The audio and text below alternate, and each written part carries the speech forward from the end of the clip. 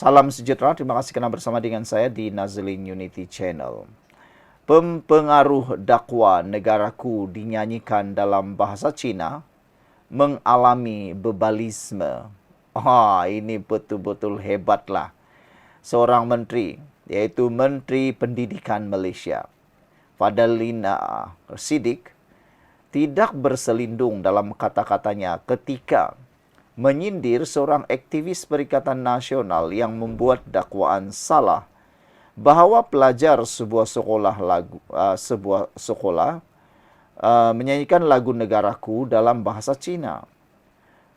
Fadlina berkata, aktivis itu yang tidak dinamakannya yang membuat dakwaan itu menunjukkan dia mengalami penyakit bebalisme. Penyakit bebalisme yang ditunjukkan oleh seorang yang mendakwa dirinya adalah pempengaruh politik adalah sangat memalukan. Mengapa bebalisme? Pertama, memfitnah. Kedua, tidak tahu membezakan lagu negaraku dengan lagu negeri Perak. Saya tahu orang yang disebutkan oleh Menteri Pendidikan ini mungkin merujuk kepada Ratu Naga, yang mana sebelum ini beliau buat satu hantaran yang mana beliau tidak dapat membezakan lagu negaraku dengan lagu kebesaran negeri Perak. Akhirnya beliau mengaku bahawa beliau telah menghantar hantaran tersebut dan mengaku silap dengar. Silap dengar pula. Barulah kan sudah hantar, tiba-tiba memohon maaf.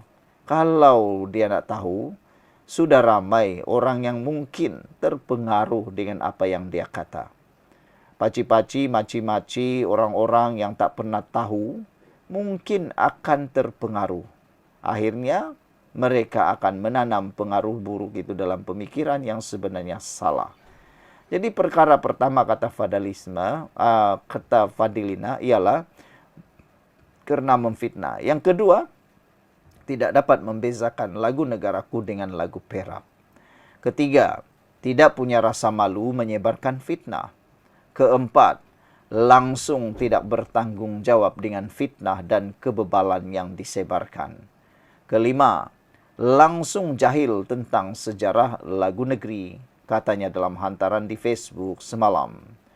Kenyataan Fadlina itu ditujukan kepada Sarul Emma Rena Abdul Samah yang juga dikenali sebagai Ratu Naga, yang sekarang ini ramai netizen nyatakan bukan Ratu Naga tapi Ratu Cicak, yang membuat dakwaan tersebut 2 hari lalu. Ratu Naga berkata dia telah memadam video itu hanya selepas 10 minit memuat naiknya di media sosial. Namun menuduh Laskar Cyber PH memuat turun kandungan itu dan menularkannya. Dia turut memohon maaf atas dakwaan yang dibuat dan berkata dia tidak memahami bahasa pelat. Kata Fadlina, usaha untuk mengangkat martabat negara harus dilakukan melalui ilmu bukan dengan bebalisme. Dia turut menegaskan keperluan melindungi kanak-kanak daripada pengaruh individu yang menyebarkan unsur negatif, sambil menggalakkan mereka untuk belajar, memahami dan saling mendukung antara satu sama lain. Kita harus segera mengambil tanggungjawab, mengepung anak-anak kita dengan menolak pempengaruh yang sumbang dan jelik, katanya lagi. Black Panther kata dalam ruangan komen sambil memohon maaf, si perempuan tu masih menghina murid-murid Cina kerana logat Cina mereka yang menjadikan dia salah faham, tetap resis, kata Black Panther. Green Dove kata dahagakan kuasa melalui kebencian melampau kedengkian permusuhan dan bebalisme. Greg Kancil 2336 kata, ayu seluruh rakyat Malaysia buat aduan polis seluruh negara terhadap Ratu Naga. Sekian dulu untuk kali ini. Jangan lupa tinggalkan komen anda. Salam sejahtera. Terima kasih kerana bersama dengan saya di Nazlin Unity Channel. Surat pengesahan pesakit pun pas buat juga. Modal tunggang isu Abang Belon. Sudah kehabisan sangatkah modal politik PAS ni? Sehingga apa saja yang ditemui pun akan dijadikan modal. Lebih teruk lagi, kadang-kadang ianya boleh menjadi bersifat fitnah.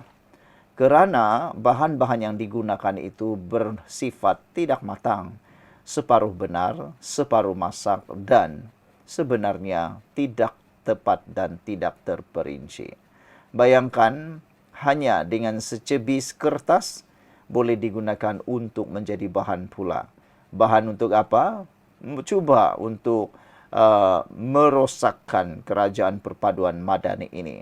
Surat pengesahan pesakit pun pas buat modal tunggang isu Abang Belon. Netizen mula bertanya, kemana sudah modal politik pas? Tidak bolehkah mereka mencari modal politik yang lebih baik, yang bukan murahan seperti ini?